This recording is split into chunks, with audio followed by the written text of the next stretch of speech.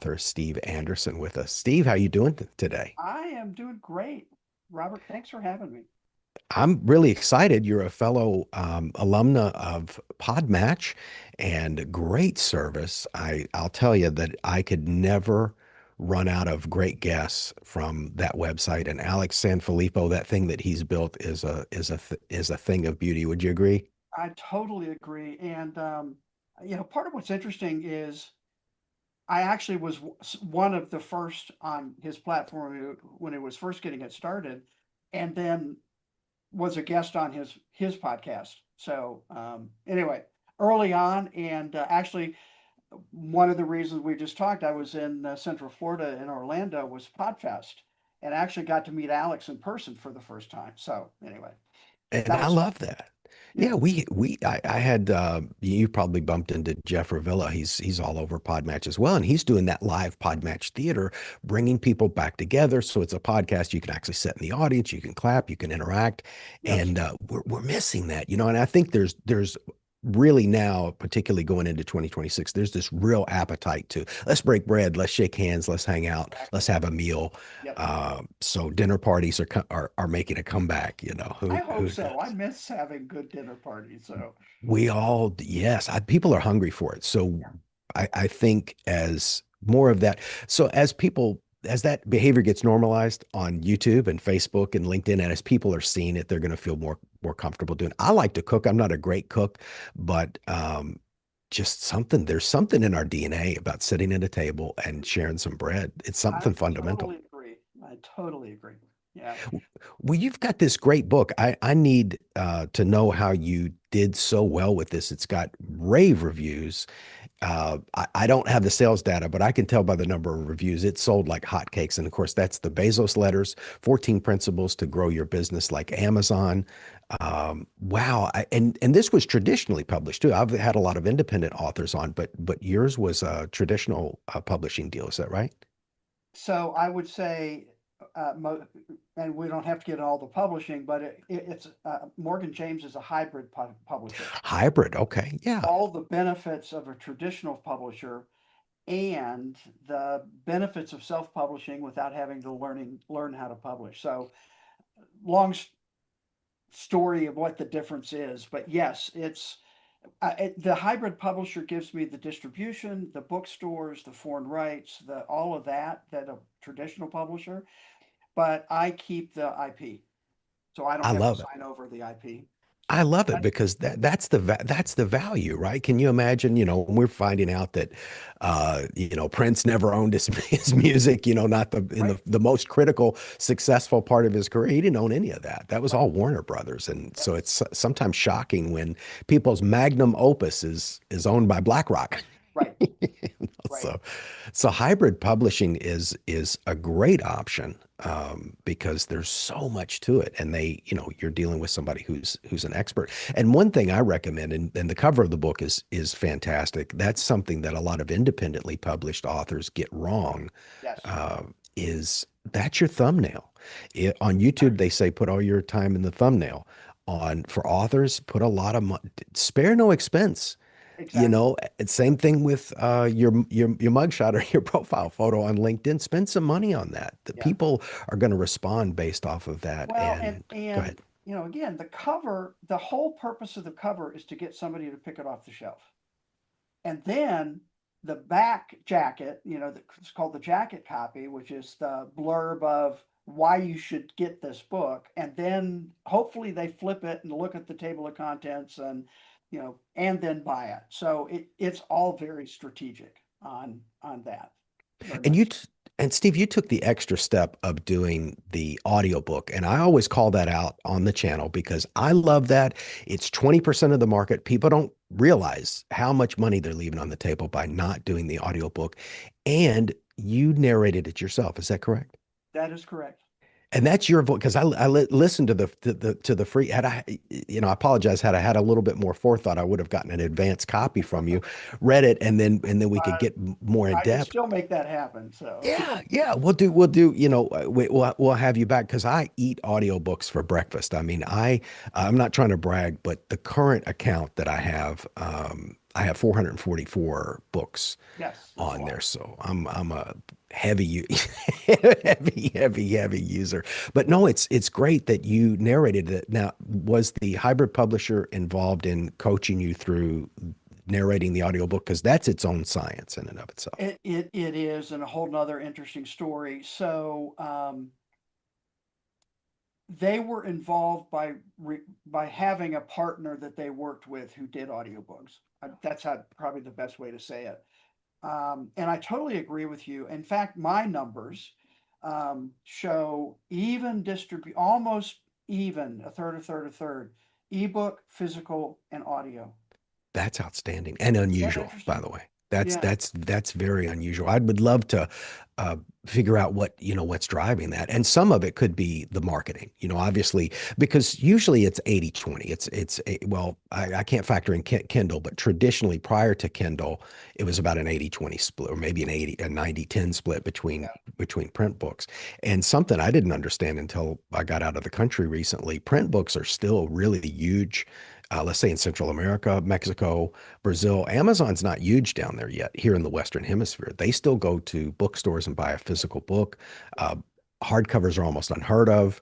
Yeah. And so I'm telling some younger authors, don't, if you're in the Latin American market or translating your work to Spanish, don't even bother with the hardcover. They don't sell down there. Yeah.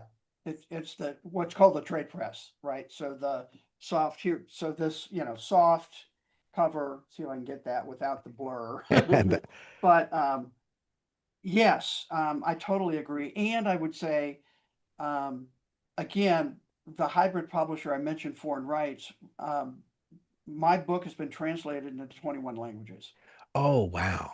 Well, I 21 didn't even know. countries, It's basically. Yeah. it's So, okay, great. I and did. self-publishing, you'd never have that. Traditional, you could, but again, all the, you know, downsides of traditional publishing. So again, the hybrid was a great model for me.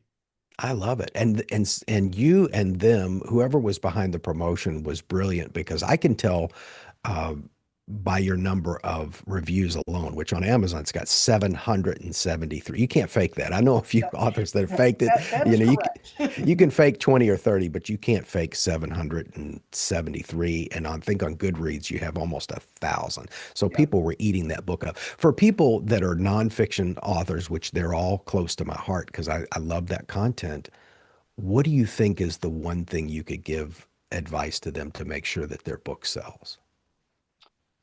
Um, no matter what publishing model you use, the publisher can get the book on the shelf.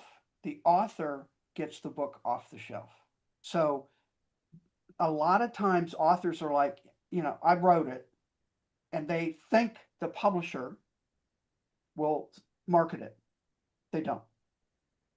Traditional is even worse. Hybrid, again, Morgan James stood beside me, but I marketed the book. And so you have to have a plan in place to, again, get the book off the shelf. And again, whether that's virtual or physical, kind of doesn't matter. And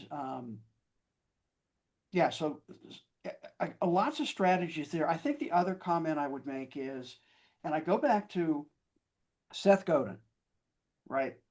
I still am amazed at how we can come up with so many of these things. But he said, if you want to sell 1 million books, give away 10,000.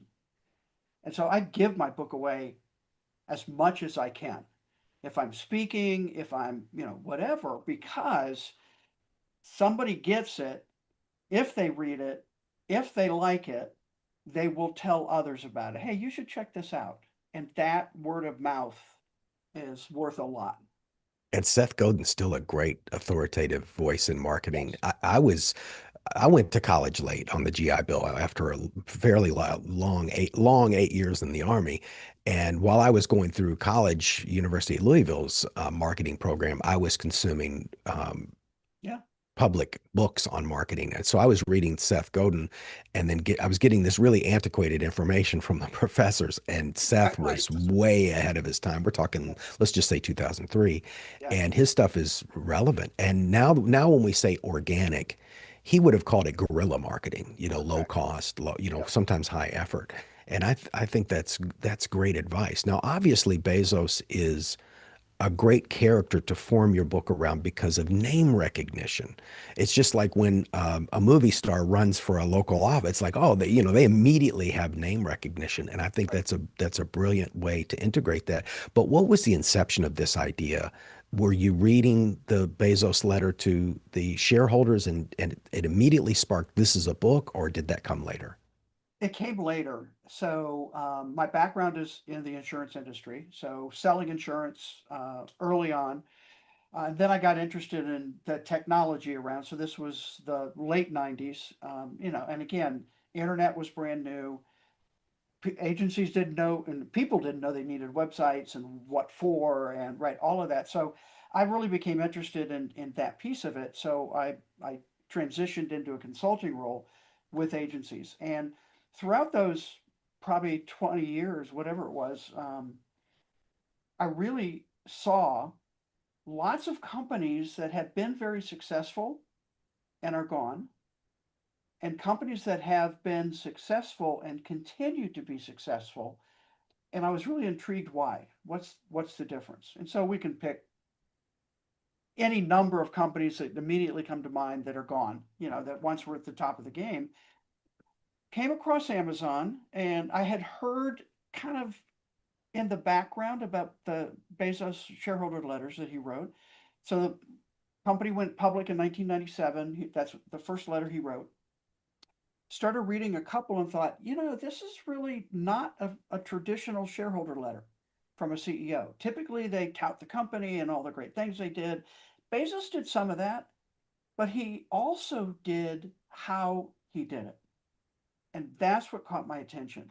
So at one point, I got all the letters. Again, they're public, right? SEC filings. I got all the letters and read them in a row, read them as a book. And the total was, almost 50,000 words. So a traditional book. Wow. And one, Bezos is a very good writer. Two, like I said, he talked about how he did it, not just what he did. And I realized there really some good advice in those letters. And so again, marketing, right? I actually put together a one-page executive summary of each of the letters that had been published at that point, put it in a PDF, was going to give it away, give me your email address, download this, here's some great things you could learn.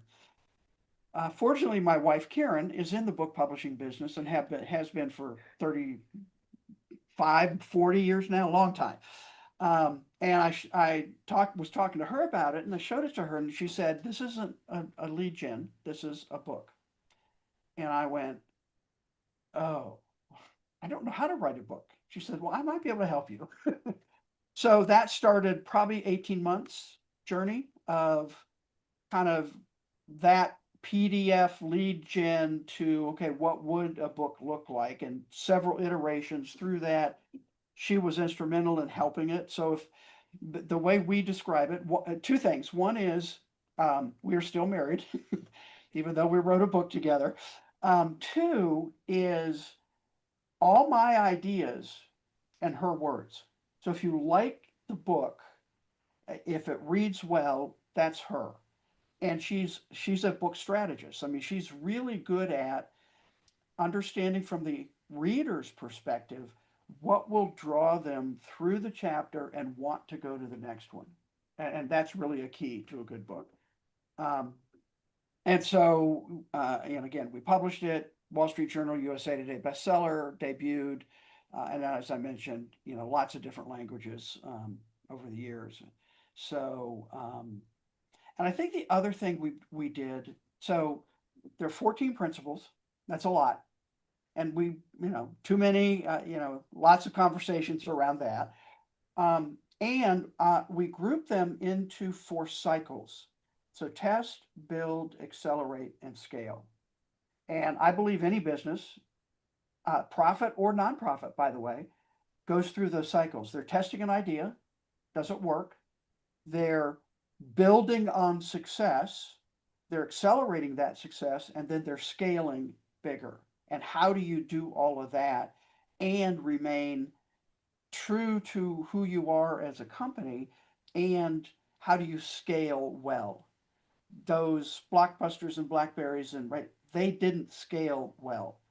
And one of the things I say is the biggest risk a business faces is their success because they start protecting what got them there, not looking at what they need to invent next on behalf of the customer. And Innovator's that's dilemma. where Amazon and Bezos, his thinking, that's the distinction ultimately.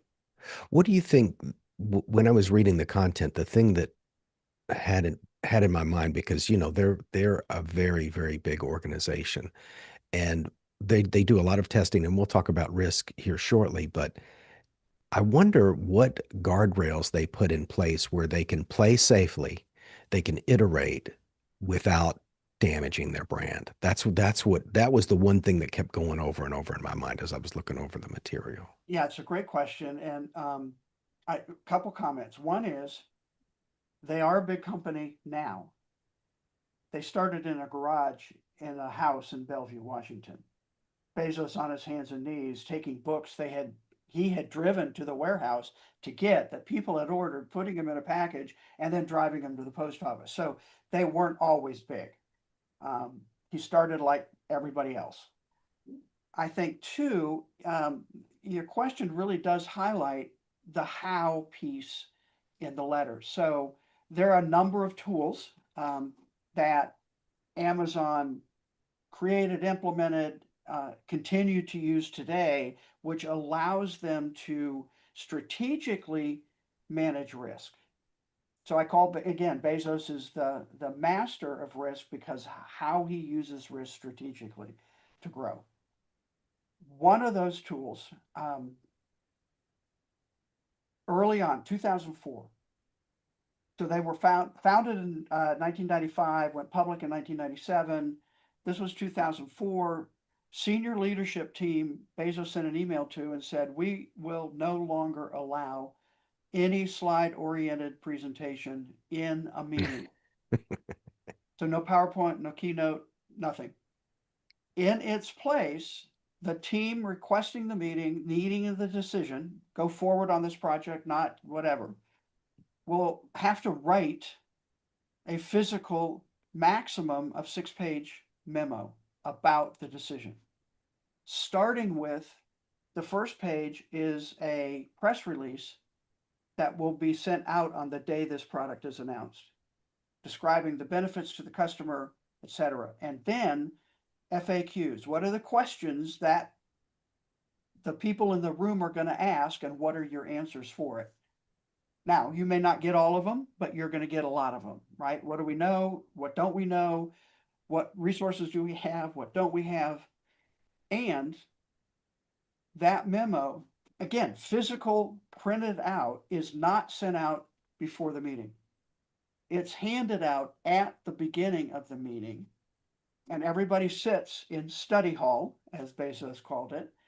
And he said, we don't send it out beforehand because executives are busy. They say they're going to read it, they won't. So we're just going to carve out some time. So everybody literally is on the same page at the meeting. And it really is a concept of slowing down to speed up. Because how often do is a decision made and you get somewhere a couple of months later and go, this is not working. Why did we even start?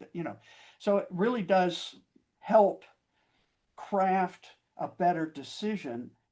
And if that project isn't successful, now you have a document to go back to and say, what did we assume or think that wasn't right? And how can we prevent that in the future? And 6 pages is pretty succinct. I like Yeah, that. And that's the way a writer thinks. If you can yes, say it in 10 words, say it in 10 words. And six yes. pages is very succinct. So maybe he has the mind of a writer, or he Oh, he does. understands the And like power I of mentioned brevity. earlier, he's a really good writer, and writing for him is really important because he said people hide behind bullet points. They haven't really thought through exactly when you have to write it down, you have to think more. And he says you can tell the difference between a good memo and a bad memo. A good memo probably takes at least 2 weeks to craft, right? Because you're having to think and you're having to answer the questions yourself before you can write them down for others. That's the risk management piece. That's deep thinking, not just flying off and winging it with bullet points that you really haven't thought through. That's just one tool. Excellent, excellent. We could unbox a bunch of things about that because there's so much there. And but of course, he's very successful for a reason. It's not just that. I will go back to the garage for a second because one of the things that I struggle with are entrepreneurs that don't learn to delegate well. So part of the reason why we call this the free time mastermind is it was initially a mastermind group so that busy entrepreneurs could get more free time. So really productivity and organizational skills is that's my wheelhouse so that you can have more time with the kids, so that you can have more time away from work in the fishing boat, on the links, whatever it is you love, you should be spending more time doing what you love. And I work with people that not so much in a consultant capacity anymore, but especially in the mastermind group and then my friend circle, they just won't. It's hard to wrest control from them and they don't want to give up and they don't want to delegate. And then when they do delegate, they abdicate without instructions and then it fails. And then they say, Robert, I told you. I said, no, you didn't delegate. You gave up and handed it over to somebody without, and obviously Bezos, if he was still packing boxes, he wouldn't have a yacht so big that they had to remove a bridge to get it through. And that's what I'm trying to impress upon entrepreneurs. Bezos is not packing boxes. And I know some entrepreneurs, and no pun intended, they should stop cutting their grass. I mean, Yeah, they're wasting some time doing some absolutely. things they shouldn't do. Sorry, go Yeah, ahead. no question about it. Um, so, couple, trying to think how to again principles. So let me say this kind of as a add on to our last your last question. The very first principle in the test cycle is encourage successful failure. So you talk about kind of Bezos and how he can scale, right? I think that's one, and it's really a core principle. And again, coming out of the insurance industry, it's like, what do you mean? I mean, typically you don't see successful and failure in the same sentence. And that's a core idea at Amazon, meaning one of the phrases he uses a lot is we invent on behalf of the customer. And if you're going to invent, you have to experiment. And if you're going to experiment, you're going to fail. Because if you do an experiment and you know it's going to work, it's not an experiment. And so, one of the things he built into the culture is this idea of it's okay to fail because we know experiments always don't work. And at the same time, in the same breath, Amazon has an intolerance for incompetence. So there's this interesting kind of yin and yang, this balance between it's okay to fail, but you better be right more than you're wrong. And so that concept, that core value at Amazon, again, is one of the ways that he was able to grow Amazon. So that failure piece of it is really, I think, a key. I think the other thing is, and again, back to a couple of the principles. Uh, One of the principles is generate high velocity decisions. And so I'll try and do this short. Um, Bezos says there are only two types of decisions in every company. There's type one and type two. Not very creative. Door one and door two, he calls them. Door one decisions are really big decisions, like kind of bet the company decisions. He said those should be made slowly with as much information and data as you can get, and probably will end up being as much a gut decision as a data decision. He said the problem is companies tend to treat every decision like type 1 decisions, and that slows down growth. Type 2 decisions are more easily reversible. They're sort of the experiment idea. Let's decide, let's move. And then if we don't like the direction, we can either walk back the decision or pivot to something else. And so he said, most decisions in a company are type two. And when you start adding layers of bureaucracy in the decision making process, that's when you start slowing down growth. And that's when you start moving into what he calls a day two mindset, which is the slow path down to extinction. I was trying to think of something off the top of my head that Amazon had done and then that they had pulled back that didn't work. Because, like you, have been on Amazon a long time. And I started thinking about there was a period a couple of years ago, and we got a viewer question that I'll get to in a second. But I just Okay. wanted to finish this line of thought. One thing that they experimented with that was interesting, but it clearly didn't work, is they were going out to get like actors and influence big name people, and they would say, and the one that's most memorable was Jeremy Renner, which I read his autobiography. Interesting guy, great actor, seems like a really solid guy. But they had created all of these stores for these different famous people, and unfortunately the idea was good, but in the execution, a lot of the things in like Jeremy Renner's store, it was a bunch of cheap stuff made, in some other place I won't Right. mention. But it was a great idea, but but in the execution, the value wasn't there. It was like, I don't think this is the stuff Jeremy Renner is using. He's wealthy. Yeah. I was looking for I some don't think he custom. buys this. Yeah, I don't think, he's using this thing that I could tell would break, the moment that I tried to, because there were a lot of tools, and I'm a big fan of using good quality tools, whether it's digital Right. or physical. And I didn't understand that when I was young, but I think as you break enough things and spend enough money, you understand the value of a good pair of shoes Yes. and some good tools. What do Exactly. you think about that, Steve? Am I I on point agree. there? Yeah. No, I totally agree. Yeah. Somebody Well, told me, sorry, go ahead.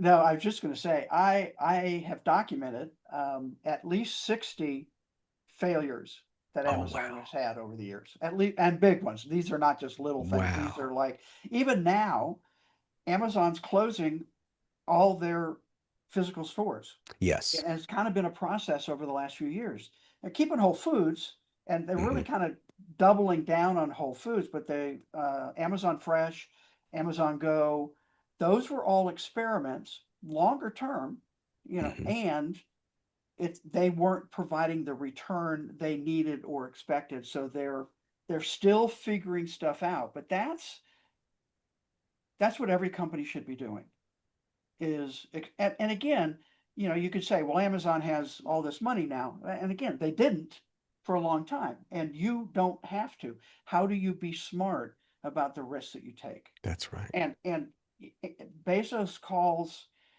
you know, a lot of companies get into unwarranted risk aversion, right? Again, trying to protect what got them there, not Hmm. looking at what's next. And and that's, again, I go back to Clay Christensen's book, Innovator's Dilemma, Yes, right? You yes, can innovate yourself into bankruptcy that's right. because incremental improvements, somebody else way out here that you've never heard of before, all of a sudden invents and leapfrogs. And now what do? You should be inventing and leapfrogging. And that's where those happy accidents are. I think about, I smoked for 17 years and I took some ancient medication called Wellbutrin, which has been around since the 1950s. And I think, if I'm not mistaken, the story of bupropion, which is the active ingredient, is they gave it to alcoholics to try to get them to quit drinking.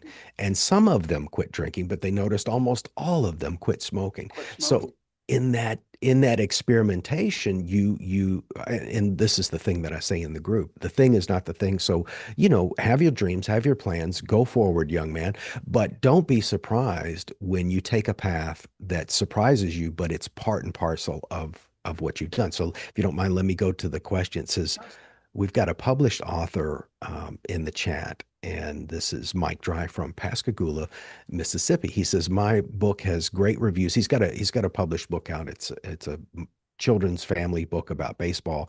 He goes, I have more ideas that aren't in the market yet, but is but is something people would want. Oh, okay. So he might be talking about a physical product, but he also said in relation to the book, he goes, how do I find a publisher to take my book and to market it? Well, like you said, that hybrid publisher doesn't do the marketing, although, Actually, I would uh, say any publisher is not going to do the marketing. Now, mhm, they may be able to get it on the bookshelves, right? That's distribution. mhm. But like I said, the author has to get it off the shelf, So I think that's an unrealistic expectation, especially in today's environment, that the publisher is going to market your book. You as the author have to be able to identify the right audience and then figure out how to get your book in front of that audience. And I what do would you say think? for me, Go ahead. this is an example. Our conversation is an example of getting my book in front of your audience. Hopefully, I'm giving value, to you and your audience.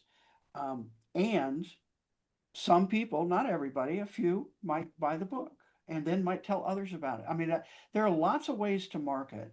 Um, but yeah, What do you the think, Steve? author has to market. For your book in particular, what do you think moves the as at least well, let me reveal my research. According to the research that I've done, because I have a book and I'm working on a second book and I want my network to actually be bigger before I launch the second book. Because I found out what happens when you have a small network and launch a book. I don't need to learn that lesson twice. But out of all the data and research that I've done for an independent author, the biggest thing that has the highest ROI is Amazon ads because people are already on there buying books. They're already on the lot. What the guy say in Glenn Ross? He said, "The man don't step on the lot unless he Right, plans to buy." So right. you're putting book ads in a place where people are already looking to buy books, and I think that's a brilliant strategy. And I've not seen anything else as far as ROI compete as well. But other than Amazon ads, what do you think would be one thing that would move the needle? Do you think it's podcast? Do you think it's giving away the books? What thing are you Well, doing that you yeah, feel? I have a couple thoughts. Mhm. I think one is, and this is probably more relevant to nonfiction than maybe a children's book. Um, what's your end goal for the book? And when people read the book, what's the next step? Hmm. That's So right. is it coaching? Is it consulting? Is it a course? Is it, a mastermind? I mean, there are lots of options there. So the book becomes, um, and, and I hate to say this because I have to explain it, but it does become a really good lead gen. Hmm.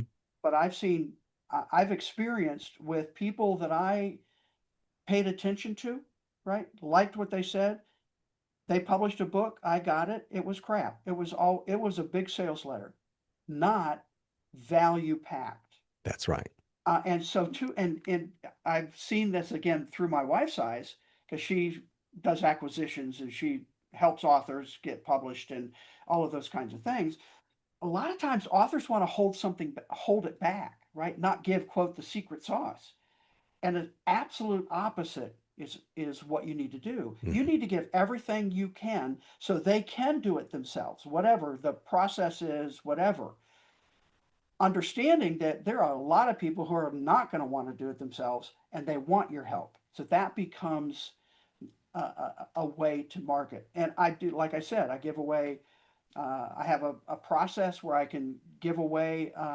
In fact, I, we'll figure. I thought about this now. We'll figure this out. But I can give anybody listening a link to download a digital version of my book, and I'm Fan happy to do that. Fantastic. And if you want to message me on Podmatch, I and was going to say I need to I'll I have to yeah, set the link up yeah, I'll add that correctly. But to the description. Well, I wanted to say too, I think in Mike Dry's case, I don't like you and I really at this point I don't have a value ladder to work someone up. Like I'm okay, a guy with a book, and that really constrains me. But I know that constraint, Steve. right. Thankfully, but other people, for those listening that aren't sure what we're talking about here, so a lot of people are using that book as a calling card to work people up a value ladder. Or an There's entry point for people to that's engage right. with you, hear your voice, right? All of those start building that relationship. But it would be tougher for somebody who doesn't have, let's say somebody that just wants to live off of their revenue as an author. My advice would be, and I'm no expert, but from all the authors I've interviewed, I think the only way to make money and just live off your revenue is to write about 20 books. And I'm not being funny. I think you need to go very wide. You don't need to go tall. You need to go wide. If you don't have a value ladder, you're going to have a store full of books. Do you think Well, that's I accurate? totally agree. And one of my wife, so again, my wife talks to a lot of authors, and one of her favorite phrases is, "Authors don't make money on the book; they make money on what the book makes possible." I love It's that. really hard. What are the stats? Self-published books, average, sell less than 250 copies It's in their brutal. lifetime. The numbers are brutal. The numbers are brutal. Now, And does if your you go wife do back to your, consulting too? I mean, obviously, we want people to buy your book because I guarantee you, I'll have your book read by in the next 72 hours, okay, guaranteed. Because or at least listen to, right? yeah, I'm gonna buy the audiobook for sure. I'm a big fan of Audible. I'll put an Audible link in there too, Yeah. so I'll go through that and enjoy it because I really enjoy that. But does your wife do consulting? So if somebody like Mike Dry had questions about other book ideas She that he has, does she she does. guide? She does. She calls herself a strategic book coach. So it's what's the right publishing platform? Are you writing the right book? That's a question that's not often asked. Right. And do you have do you understand what your audience is and what they want to hear, and what's the transformation your book helps them with? So, and I would say for me, my back end on the book, um, well, this is the real story, was speaking. Book published in the fall of 19.